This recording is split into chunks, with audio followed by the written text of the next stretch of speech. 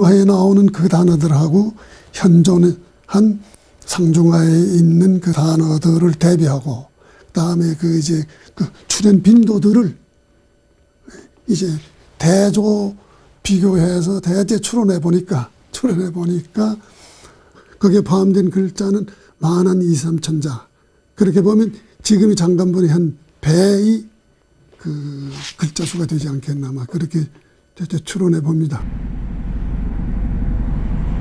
1300여 년 전 인도 일대를 여행하고 왕후 전축국전을 쓴 해초는 어떤 인물이었을까?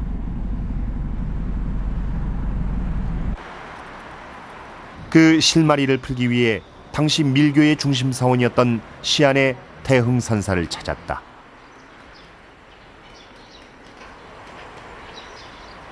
지난 1200년 세월 동안 해초의 생애는 알려진 바 없이 미궁 속에 빠져 있었다. 해초의 여행기가 발견된 지 7년 후 비로소 그의 존재감이 밝혀지기 시작했다. 그 전까지 해초는 밀교 고승 금강지와 불공의 제자란 것만 알려졌을 뿐 그의 국적은 미지로 남아 있었다.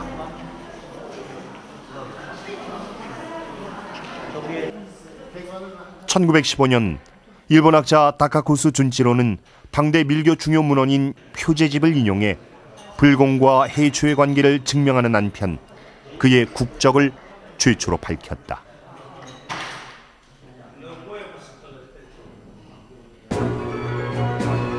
이 책에는 대략 9년 774년 5월 7일 삼장화상 불공이 입적할 때 남긴 유서가 수록돼 있다.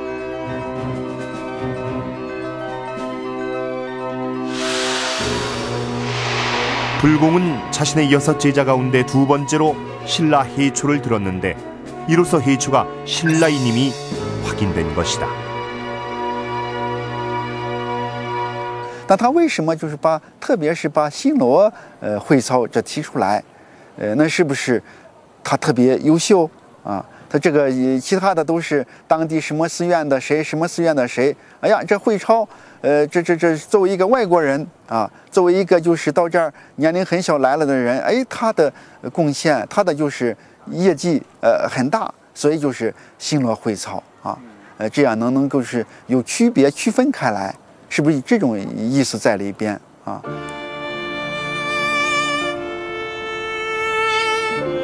달 밝은 밤에 고향길을 바라보니 뜬 구름은 너울너울 돌아만 가네. 그 편에 감히 엽서 한 장 붙이고 싶지만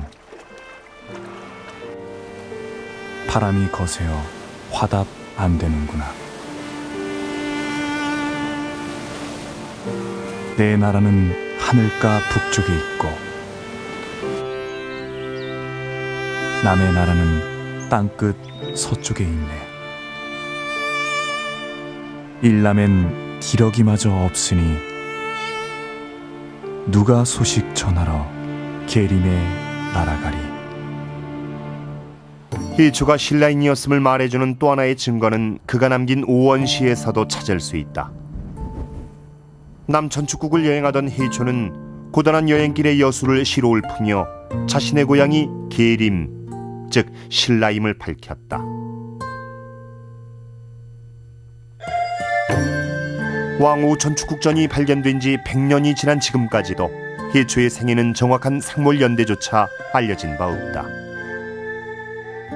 다만 20대의 젊은 그가 왜 천축국 여행을 결심했는가는 신라의 분위기로 미루어 짐작해 볼 수 있다.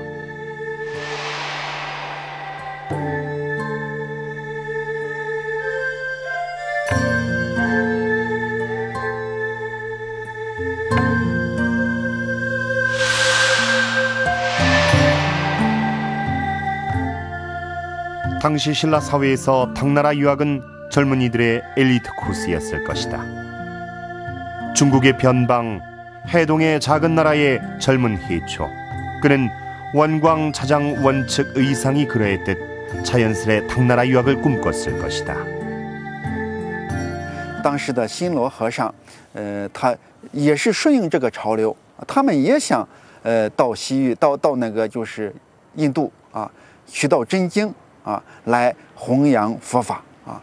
他们要么就死在印度，要么死在漫漫的路途，要么最后死在唐朝。这也挺残酷，但是他们为了求取佛经这种探险的这种精神，是值得我们学习，值得我们崇敬的啊。 통일신라 시대 구법승들의 구도 열기는 중국에 머물지 않고 불법의 본고장 인도로까지 이어졌다. 그렇다면 8세기 해동의 신라인들이 이해하는 세계의 끝은 과연 어디였을까?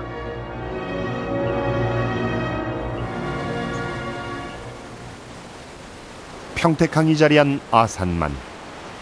희주를 비롯한 신라 구법승들은 지금의 평택항, 즉 당항진을 통해 당나라로 떠났을 것으로 추정된다.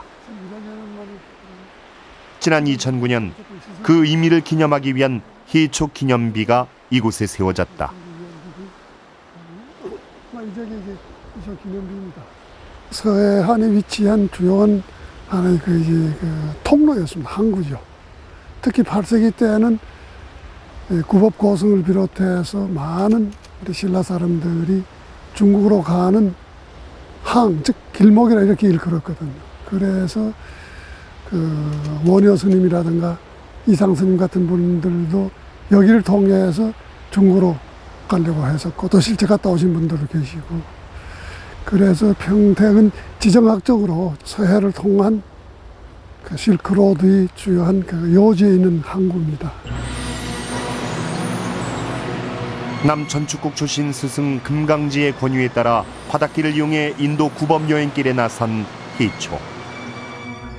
그의 바닷길 여정은 당시 광저우로부터 페르시아만까지 교역했던 당나라 배들의 남해 항로를 참조해 짐작해 볼 수 있다.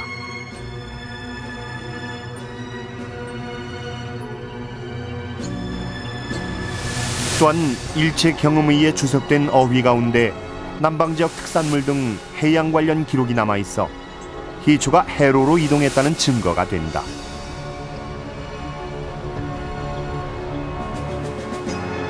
희초는 광저우를 출발해 천축국으로 향했다.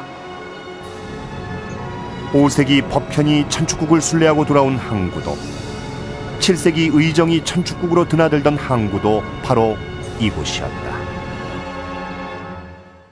5세기에 천축국을 여행하고 불국기를 남긴 동진의 법현은 육로로 시작을 해서 해로로 여행을 마무리 지었고, 또 7세기 해초보다 100여 년 앞서서 여행을 했던 당나라의 현장은 육로로만 이동해서 대당 서역길을 남겼습니다. 반면 바닷길을 건너온 신라의 해초는 동천축 연안, 그러니까 지금의 캘커타 인근 땀룩이란 항구에 상륙을 해서 육로로 여행을 시작합니다. 해초의 긴 여정을 따라가면서 우리가 놓치지 말아야 할 것은 해초가 어느 곳을 여행했으며 과연 서쪽 어디까지 갔느냐 하는 문제입니다. 그가 직접 밟아본 답사지와 얻어들은 이야기로만 썼을 뿐 직접 가지 않은 미답사지의 구분은 그의 여정을 이해하는 데 매우 중요한 열쇠가 될 수 있습니다.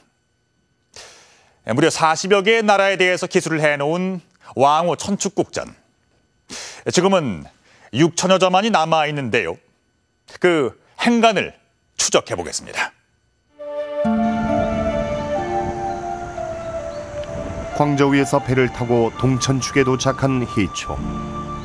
현존하는 왕 오천축국전은 불완전한 상태로 남아있기 때문에 그의 순례 여정을 완벽하게 확인할 수는 없다. 하지만 여행의 핵심부라 할 수 있는 육로 여행 기록은 비교적 자세히 알 수가 있다.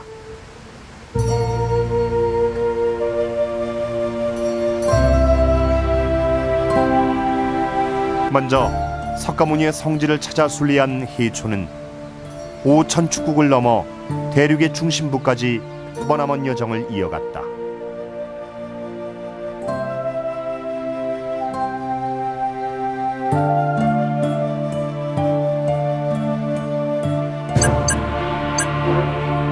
해초가 기록한 순례 여정을 살펴보면 몇 가지